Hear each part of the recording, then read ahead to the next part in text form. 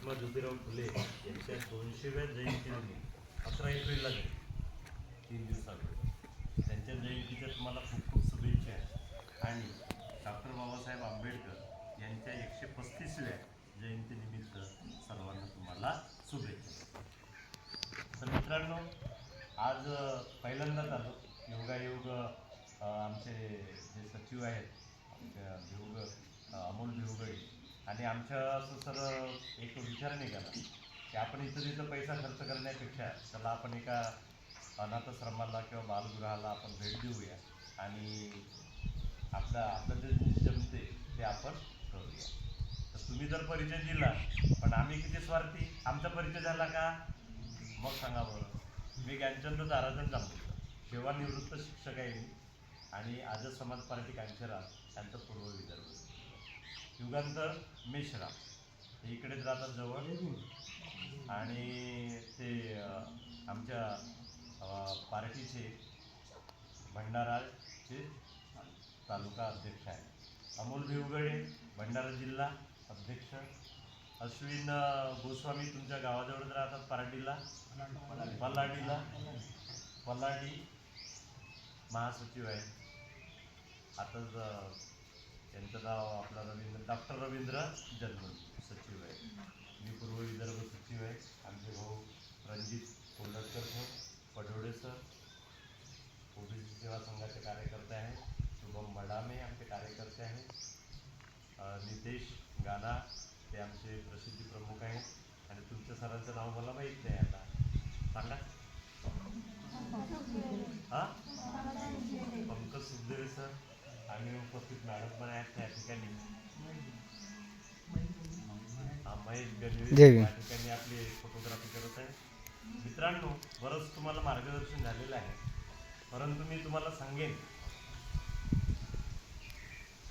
लहरों से डरकर नैया पार नहीं, लहरों से डरकर नैया पार नहीं होती, कोशिश करने वालों की हार नहीं होती. आदमी जो चाहता है वो बनता है, आदमी जो चाहता है वो बनता है.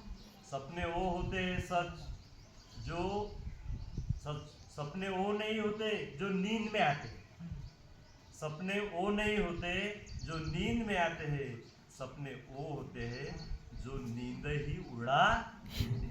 समज, स्वतःला अगदी म्हणजे कमजोर समजायचं नाही. तुम्हाला असे अनेक उदाहरणे आहेत, तुम्हाला सांगतो मी. समजलं? महात्मा ज्योतिराव फुले यांचा जो मुलगा होता यशवंत, तो कोण होता? तो कोण होता? एक काशीबाईचा मुलगा होता. ते तुमच्यासारखीच त्यांची आई होती. समजलं का? तुमच्यासारखीच त्यांची आई होती डॉक्टर यशवंतची. तर ती जीव द्यायला जात होती त्याची. तुम्हाला माहित आहे? समजलं? महात्मा फुल्यांनी तिला अडवलं, जीव द्यायचे. तुझ्या मुलाला मी काय करतो, पोसतो. तुझ्या पोराचं मी पालन पोषण करतो, आणि निव्वळ पालन पोषण करणार नाही, तर त्याला एवढा मोठा माणूस बनवेल, एवढा मोठा माणूस बनवेल की संपूर्ण जगामध्ये काय होईल, त्याचं नाव होईल. आणि म्हणून त्या महात्मा फुलेंनी आपल्या दत्तक घेतलेल्या मुलाला काय बनवलं? डॉक्टर.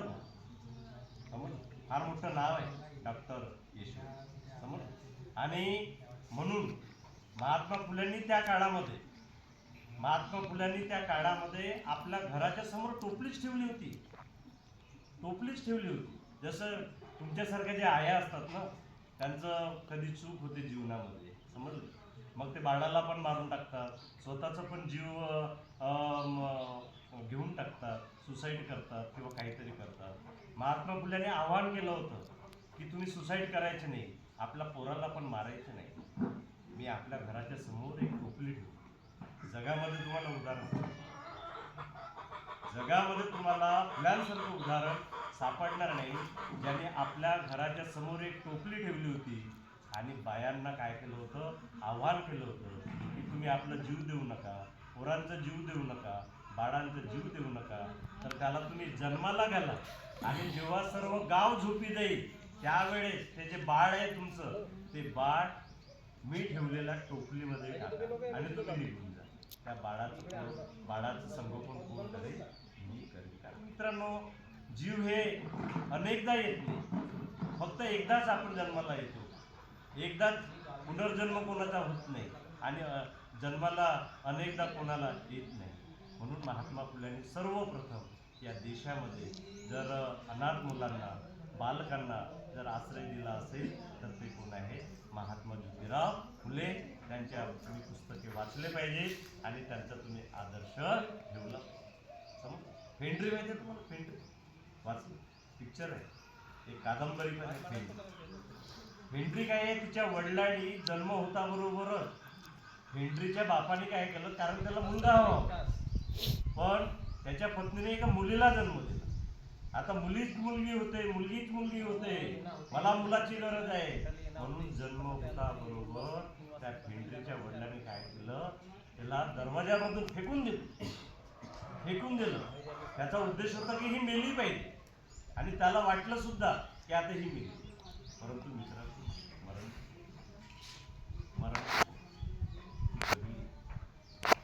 जगली ती. तिच्या आईनं तिला उचलून आणि वडिलांच्या आधाराशिवाय आणि मदतीशिवाय तिला एवढं मोठं केलं, त्या फेंड्रीला एवढं मोठं केलं की ती आता सिनियर कॉलेजची प्राध्यापक आहे आणि जवळपास तिचा 2 लाख रुपये काय आहे पगार आहे.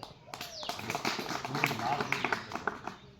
आणि याच्यावर पिक्चर कोणी काढलं माहिती आहे? नागराज मंजुळे यांनी सैराट पिक्चर काढला. नागराज मंजुळे